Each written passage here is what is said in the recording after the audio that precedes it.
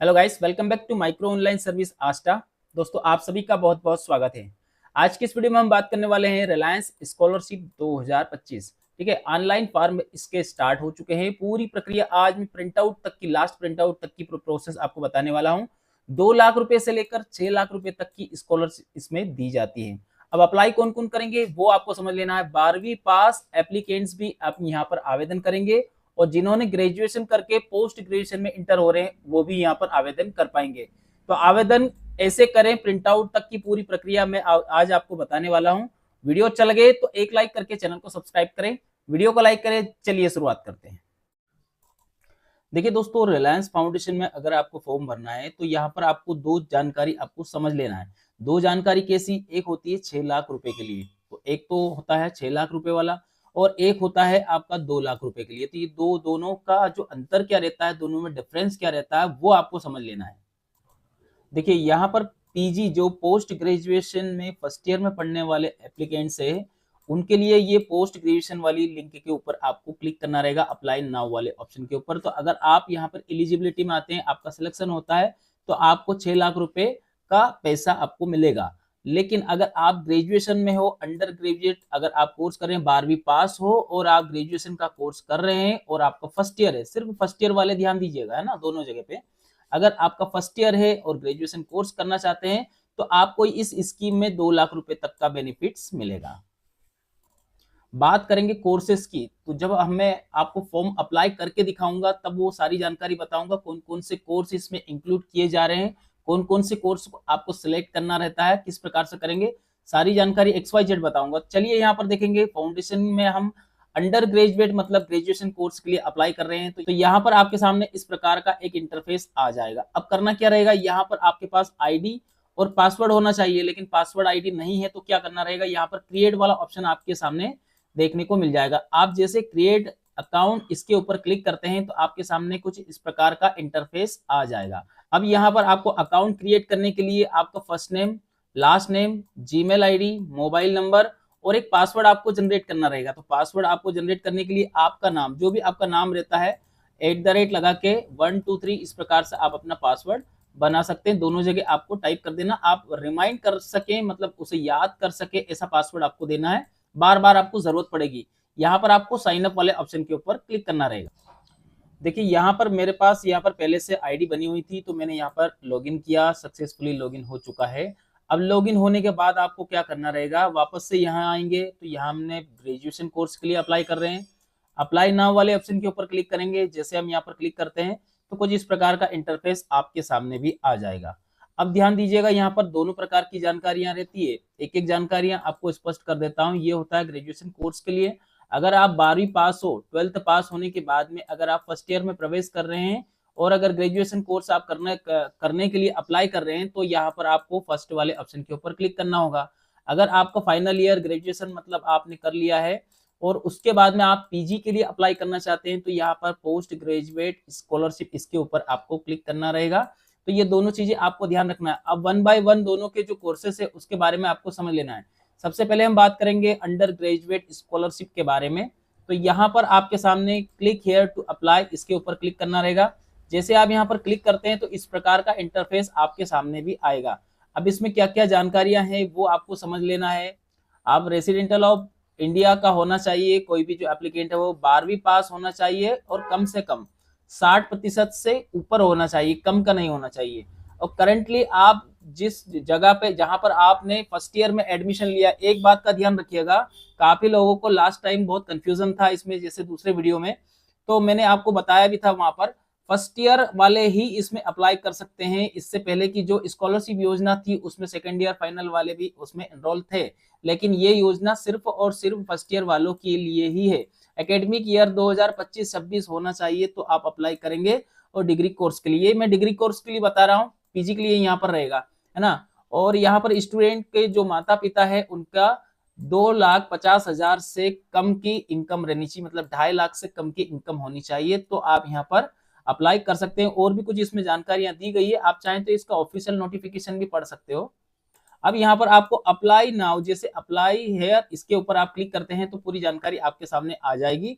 लेकिन उससे पहले हम पीजी के बारे में समझ लेते हैं। पोस्ट ग्रेजुएशन कोर्स अगर आप कर रहे हैं तो उसके बारे में आपको समझ लेना है कि कौन कौन सी जानकारियां इसमें रहने वाली है। क्लिक हियर टू अप्लाई, इसके ऊपर क्लिक करेंगे। जैसे आप यहाँ पर क्लिक करते हैं तो आपके सामने सेम वही कंडीशन इसमें यहाँ पर भी आ जाएगी। यहाँ पर भी आपके सामने फर्स्ट ईयर की जानकारी दी गई है कि आपके फर्स्ट ईयर में जो है आप प्रवेश कर रहे हैं, अगर फर्स्ट ईयर अगर कर रहे हैं पीजी के लिए तो आप अप्लाई करेंगे। और यहाँ पर आपका जो स्कोर है लास्ट तक हम 1000 में से 550 नंबर होने चाहिए, इससे कम वाले को यहाँ पर प्राथमिकता नहीं दी जाएगी। स्टूडेंट हु इज स्कोर, तो यहाँ पर देखिए 7.5 ये उनके लिए रहता है, सीजीपीए वाले की बात कर रहे हैं। तो यहाँ पर एलिजिबिलिटी वगैरह सब दी गई है, इसमें आप देख सकते हैं। अप्लाई करेंगे तो यहाँ पर कोर्सेज की बात कर लेते हैं। जैसे हम यहाँ पर इसके ऊपर क्लिक करते हैं तो यहाँ पर आपके सामने कोर्सेज की जानकारी भी आ जाएगी। यहाँ पर जैसे हम क्लिक करते हैं, अब यहाँ पर आपके सामने देखिए पीजी वाले के लिए अगर आप पोस्ट ग्रेजुएशन कोर्स करना चाहते हैं तो जो भी आप यहाँ पर जैसे मास्टर ऑफ इंजीनियरिंग कर रहे हैं, इसके ऊपर आपने क्लिक किया तो यहाँ पर आपके सामने इंजीनियरिंग से संबंधित जानकारी आएगी। यहाँ पर आप अगर इसमें मास्टर ऑफ साइंस कर रहे हैं तो अगर आप साइंस करते हैं तो यहाँ पर मास्टर ऑफ साइंस से संबंधित जानकारियां यहाँ पर आएगी। तो जो आपका कोर्सेस है उसे आपको यहाँ पर आपको समझना रहेगा। जो भी आपने कोर्सेस किया है, जो कोर्स किया है उसके अनुसार आपको यहाँ पर पूरी जानकारी आपको मिल जाएगी। जैसे मान लो एमसीए अगर आपके पास है तो उससे संबंधित जानकारी यहाँ पर सब्जेक्ट आपको चॉइस करना रहेगा। अब इसके बाद में यहाँ पर आपके सामने 1 साल का, 2 साल का, कितने साल का ये कोर्स है जो आप कर रहे हैं पीजी कोर्स, वो आपको दिखाना रहेगा। यहाँ पर आपके सामने कुछ बेसिक जानकारियां आपको यहाँ से भरना रहेगा। आपका नाम, middle name, last name, Gmail ID, mobile number और यहाँ पर डिस्ट्रिक्ट। इसका मतलब ये है कि आपको इस जानकारी के बारे में कहाँ से पता चला है, तो आप यहाँ पर यूट्यूब चैनल या कुछ भी आप लिख सकते हैं। तो यहाँ पर आपके सामने पूरी जानकारी दी गई है, इनमें से जो भी आपको लगे यूट्यूब लिखना हो तो यूट्यूब लिख सकते हैं, है ना। इसके अलावा जो भी है जानकारी आपको यहाँ पर सबमिट कर देना है। तो चलिए हम यहाँ पर जो फॉर्म जो अप्लाई कर रहे हैं वो ग्रेजुएशन कोर्स के लिए कर रहे हैं। मैंने पीजी का आपको बता दिया बेसिक फंडामेंटल क्या रहता है। अब हम बात करते हैं, यहाँ पर आपको ग्रेजुएशन कोर्स में करके दिखा रहा हूँ तो यहाँ पर अप्लाई वाले ऑप्शन के ऊपर क्लिक करेंगे। ग्रेजुएशन में अगर आपने 12वीं पास किया है, देखिए 12वीं में यहाँ पर देखेंगे जो आपका परसेंटेज है वो आपको यहाँ पर लिखना रहेगा। यहाँ पर आपका स्ट्रीम, आपने क्या कोर्सेस किया है वो स्ट्रीम आपको यहाँ पर सेलेक्ट करना होगा। ठीक है, जो भी आपका कोर्सेस है, आपका बीए है, बीकॉम है, आपने क्या किया था ग्रेजुएशन में 12वीं में, तो वो सब्जेक्ट आपको यहाँ पर लिखना रहेगा। अब जैसे यहाँ पर हमने यहाँ पर कॉमर्स लिया है, कॉमर्स के बाद हमें यहाँ पर हमारा जो सब्जेक्ट है वो है बीसीए, लेकिन बीसीए हमारे पास इसमें आ नहीं रहा है, तो बैचलर्स आप यहाँ पर कर सकते हो। तो हमने यहाँ पर बैचलर्स कर चुके हैं। अब यहाँ पर हमारा जो कोर्स है ये 3 साल का है, तो यहाँ पर हमने कोर्स लिख लिया। अब यहाँ पर ध्यान दीजिएगा, यहाँ पर आपका फर्स्ट नेम, यहाँ पर मिडिल नेम हो तो ठीक है, नहीं तो छोड़ दीजिएगा। यहाँ पर आपका लास्ट नेम आपको टाइप कर देना, जीमेल आईडी, मोबाइल नंबर, ये दोनों चीजें आपको सेलेक्ट कर लेना। जो भी आपका डिस्ट्रिक्ट है उसे आपको सेलेक्ट कर लेना। कहाँ से आपको ये न्यूज मिली है, न्यूज़पेपर से, यूट्यूब से, कहाँ से आपको ये न्यूज मिली है, इस पूरी जानकारी के लिए रिलायंस फाउंडेशन के लिए जो अप्लाई कर रहे हैं तो ये जानकारी आपको कहाँ से मिली है, तो आप यहाँ पर यूट्यूब कर दीजिएगा। यहाँ पर देखेंगे आपके जो फैमिली इनकम है, फादर्स की जो फैमिली इनकम है वो कितनी, 2.5 लाख से कम है या ऊपर है या कितनी है, तो यहाँ पर 2.5 लाख से नीचे हमने किया है। ठीक है, कंप्लीट होने के बाद यहाँ पर आप ये दोनों ऑप्शन के ऊपर टिक मार्क लगाएंगे। इसके बाद यहाँ पर ये कैप्चा फिल करेंगे और इसे सबमिट कर देंगे। अब यहाँ पर आपके सामने ऐसा लिखा हुआ आएगा, you are eligible to apply to scholarship में भी प्रोसेस टू स्टार्ट। ठीक है, मतलब आप यहाँ पर जो प्रोसेस आपने दिया है उसके लिए आप एलिजिबल हो। अब उसके लिए करना क्या रहेगा, आपकी जीमेल के ऊपर एक लिंक आपके जीमेल के ऊपर आ जाएगी। जैसे हम यहाँ पर क्लिक करेंगे, अब देखिए जो आपकी आईडी की बात करें, यूजर आईडी में अपनी जीमेल आईडी को यहाँ पर इंटर करना रहेगा। एक टेम्परेरी पासवर्ड आपके मोबाइल पर आपकी जीमेल आईडी के ऊपर आएगा, उसे यहाँ पर इंटर करना रहेगा। इसके बाद आपको लॉगिन करना रहेगा। अब देखिए आपकी ओटीपी वापस से एक ओटीपी आपके मोबाइल पर और जीमेल पर आएगी, तो उस ओटीपी को आपको यहाँ पर इंटर करना रहेगा। जो करंट में आपके पास जो पासवर्ड आया उस पासवर्ड को यहाँ पर इंटर करना रहेगा। नया पासवर्ड आपको अपने हिसाब से बना लेना है। आपका नाम @123 इस प्रकार से आप यहाँ पर लॉगिन आईडी का पासवर्ड आपको बनाना रहेगा। अब आईडी और पासवर्ड दोनों आपके पास आ चुके हैं, तो अपनी आईडी को यहाँ डालेंगे, पासवर्ड को डालेंगे और इसे लॉगिन कर लेना है। देखिए जैसे आप लॉगिन करते हैं तो लॉगिन के टाइम पर भी एक ओटीपी वापस से आएगा। उस ओटीपी को यहाँ पर एंटर करने के बाद आपको सबमिट वाले ऑप्शन के ऊपर क्लिक कर देना है। अब यहाँ से आपका रिलायंस फाउंडेशन के द्वारा जो आप स्कॉलरशिप के लिए अप्लाई कर रहे हैं उसके लिए यहाँ पर आपको सबसे पहले एग्री करना रहेगा। एग्री करने के बाद में कुछ इन प्रोसेस, अभी जैसे आपकी जो फॉर्म है वो आपको इन प्रोसेस में दिखेगा क्योंकि आपकी जो है कंप्लीट प्रोसेस नहीं। यहाँ पर आपको कंटिन्यू टू एप्लीकेशन इसके ऊपर क्लिक करना होगा। देखिए यहाँ पर आपके सामने जनरल इंफॉर्मेशन आपको देना रहेगा। जैसे आप वहां से लॉगिन करते हैं, लॉगिन करने के बाद आपको जनरल इंफॉर्मेशन को पूरा कंप्लीट करना रहेगा। तो यहाँ पर आपका नाम वगैरह जो स्टार्टिंग में आपने दिया था वही आ जाएगा। यहाँ पर आपकी जीमेल आईडी, यहाँ पर अपना जेंडर आपको सेलेक्ट कर लेना है। मोबाइल नंबर पहले से डला हुआ है, अल्टरनेट नंबर आपके पास हो तो दे सकते हैं। यहाँ पर अपनी जो जन्म तारीख है उसको यहाँ पर इंटर करेंगे। यहाँ पर देखेंगे इसके बाद में आपकी जो बर्थ सिटी, बर्थ डिस्ट्रिक्ट कौन सा है उसे सेलेक्ट करेंगे। रीजनल की बात करें, आपका जो भी आपका धर्म है उसे सेलेक्ट करना है। अदर रीजनल में कुछ आते हो तो आप यहाँ पर इस पर टाइप भी कर सकते हो। यहाँ पर मदर टंग लैंग्वेज कौन सी, आपकी मातृभाषा कौन सी, हिंदी या फिर जो भी आपकी मदर टंग लैंग्वेज है उसे आपको यहाँ पर सेलेक्ट करना होगा।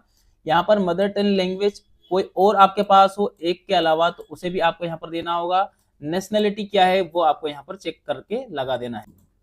देखिए यहाँ पर आपकी जो भी आपकी मातृभाषा है उसे आपको यहाँ पर सेलेक्ट कर लेना है। जैसे हमारा मातृभाषा हिंदी है तो हमने यहाँ पर मदर टंग लैंग्वेज में हिंदी ही सिलेक्ट किया। इसके अलावा कुछ और है आपके पास तो अलग से भी दे सकते हो, अदर वाला ऑप्शन चॉइस करके। नेशनलिटी इंडियन ही आएगा। देखिए एड्रेस की बात करें तो एड्रेस में आपका गांव या फिर शहर का नाम यहाँ पर लिखेंगे। पोस्ट वगैरह कुछ लगता है तो पोस्ट आपको यहाँ पर लिखना रहेगा। एड्रेस 3 लाइन की बात करें तो इसमें आपका तहसील आपको यहाँ पर इंटर कर देना है। यहाँ पर अपना पिन कोड आधार कार्ड के अनुसार आपको डाल देना है। यहाँ पर आपका नेम, एरिया नेम में क्या लगता है तो वो आपको यहाँ पर देख लेना है। देखिए 46611 जैसे जो भी आपका यहाँ पर पिन कोड डालेंगे आप तो यहाँ ऑटोमेटिकली पेश हो जाएगा। अब यहाँ आपका गांव कौन सा लगता है इनमें से, तो जो पोस्ट ऑफिस एरिया, एरिया बोलते हैं जिसे, तो हम एरिया में हमारा जो भी एरिया लगता है वो आपके अनुसार आपको सेलेक्ट करना रहेगा। अगर आपका परमानेंट एड्रेस और रेसिडेंटल एड्रेस दोनों एक ही है तो आप यहाँ पर इसके ऊपर क्लिक करेंगे, दोनों एक जैसा फिल हो जाएगा। ठीक है, कंप्लीट होने के बाद यहाँ से आगे बढ़ेंगे। अब इसके बाद में यहाँ पर आपका जो फैमिली की डिटेल है, देखिए फैमिली की डिटेल आपको यहाँ पर 1 बाय 1 पूरी जानकारी फिलअप करना रहेगा। इमीडिएटली फैमिली, तो यहाँ पर आपका जो और स्वयं को इंक्लूडिंग करके तो आपके कितने मेंबर है वो मेंबर आपको यहाँ पर देना रहेगा। कितने मेंबर आपके घर में है स्वयं को जोड़ करके। इसके बाद में number of children studies in family, तो आपकी फैमिली में आप स्वयं, ब्रदर सिस्टर जितने भी आपके घर में सदस्य और भी है, आपके भाई बहन कितने हैं ऐसे जो पढ़ाई कर रहे हैं अभी, उनका भी आपको यहाँ पर जिक्र करना रहेगा। इसमें यहाँ पर first person of generation in my family attending university और second generation in my family attending university या फिर थर्ड जनरेशन, तो ये आपके जनरेशन के अनुसार आपको यहाँ पर बताना रहेगा। मतलब यूनिवर्सिटी को लेकर के आपके घर में कितने मेंबर जो है, जितने आपके घर में माता पिता जो भी पढ़ने वाले हैं, आप स्वयं अगर ऐसे हो जो आप अभी सिर्फ यूनिवर्सिटी लेवल तक आप स्वयं ही पढ़ रहे हो तो आपको फर्स्ट करना रहेगा। इस प्रकार से आपको लगा देना। ठीक है, तो यहाँ पर देखेंगे are you child of single parent, मतलब आपके जो माता पिता है उनके सिर्फ आप एक ही बच्चे हो तो यहाँ पर आपको यस करना रहेगा अगर ऐसा हो तो, और नहीं तो इसे नो कर दीजिएगा, छोड़ दीजिएगा।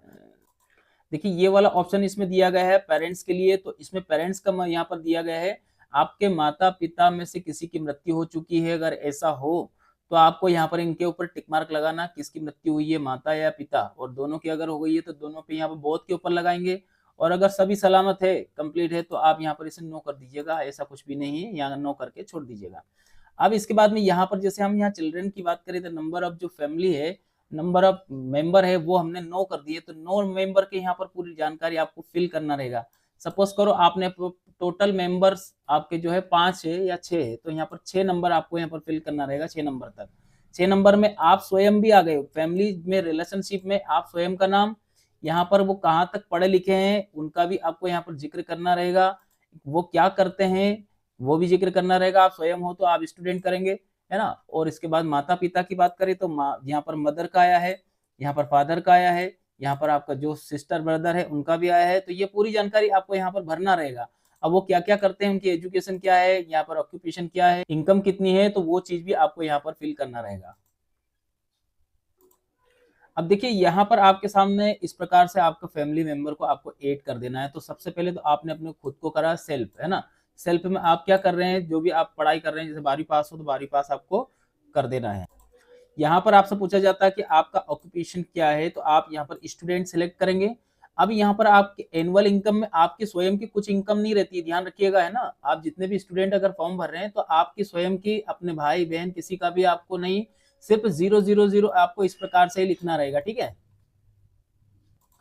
ओनली फादर के आगे यहाँ पर जो फादर या मदर जो भी आपके घर में जिनके नाम से आपका आय प्रमाण पत्र बना है, तो फादर का ही आपको यहाँ पर फादर या मदर जिनका भी आपका आय प्रमाण पत्र बना है उन्हीं का यहाँ पर उनके आगे ही आपको यहाँ पर आय का जो जिक्र करना रहेगा, बाकी सब जगह आपको 0 कर देना।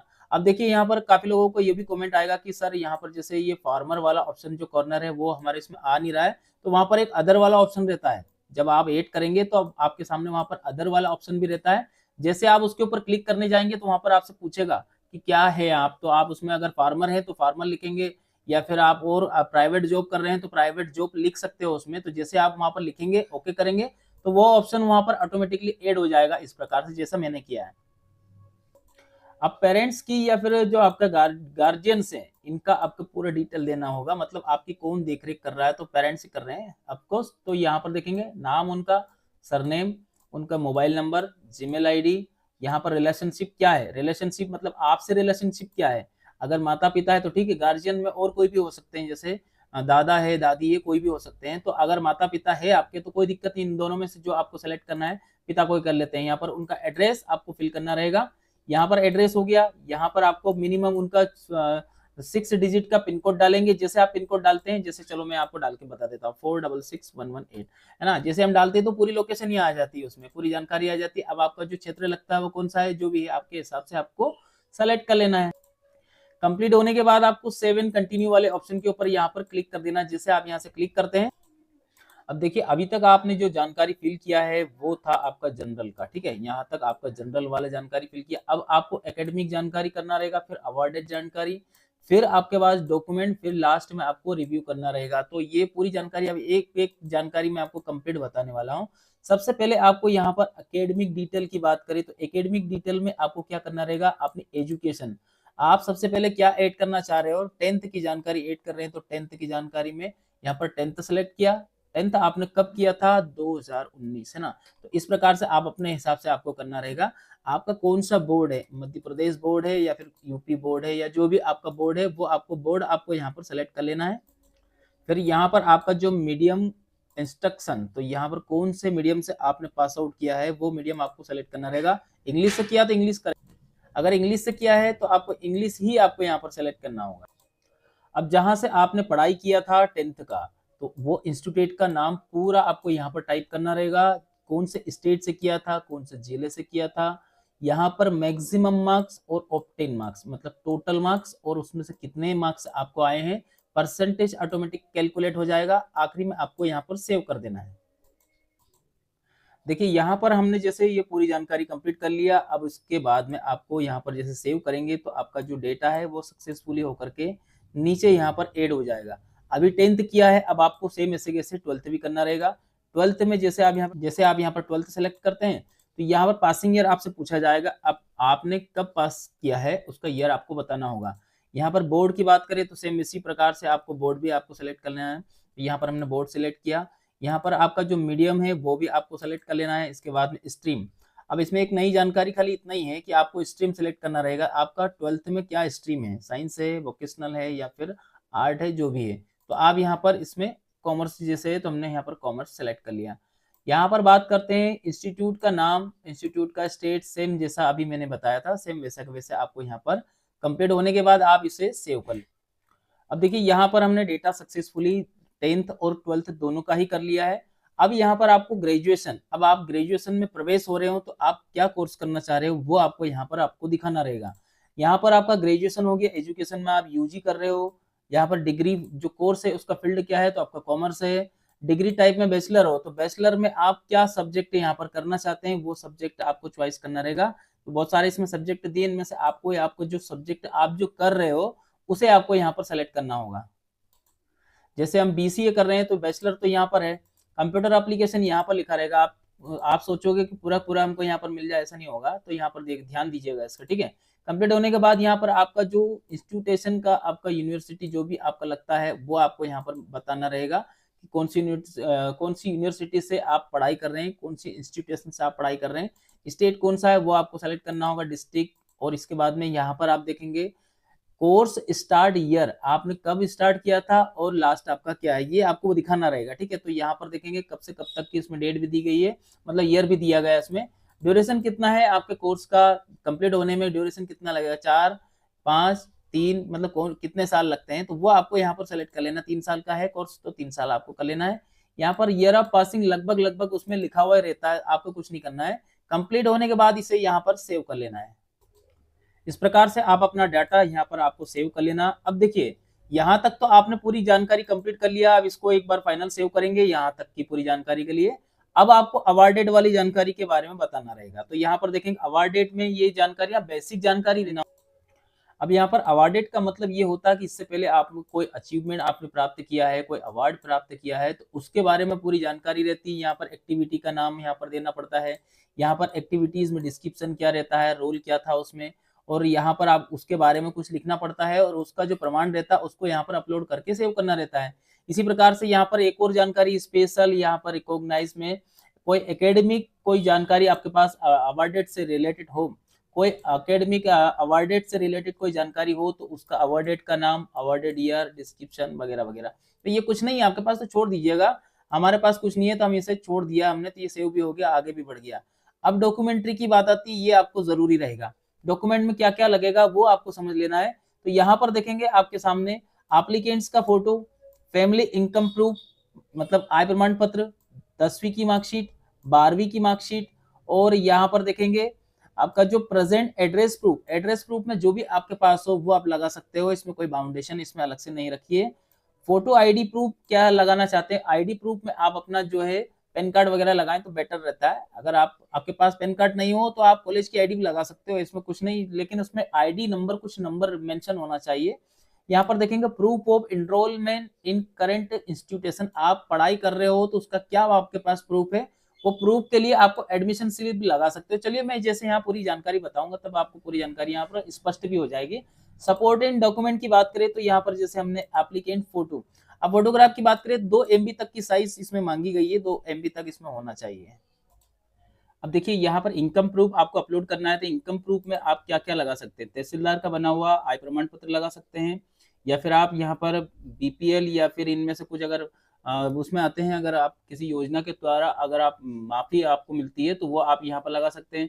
सेल्फ डिक्लेरेशन भी लगा सकते हैं, ITR भी लगा सकते हैं। अगर आप सैलरी वगैरह एम्प्लॉय वगैरह कुछ हो तो आप यहाँ पर 16 नंबर का फॉर्म भी लगा सकते हैं। तो हमने यहाँ पर इनकम प्रूफ में यहाँ पर तहसीलदार वाला लगाया, ठीक है। अब इसको PDF में लगाना, कोई चीज यहाँ पर PDF में हो रहा है, कुछ JPG में हो रहा है, ध्यान रखिएगा इसको। 2 MB तक का आपको साइज का ध्यान रखना है।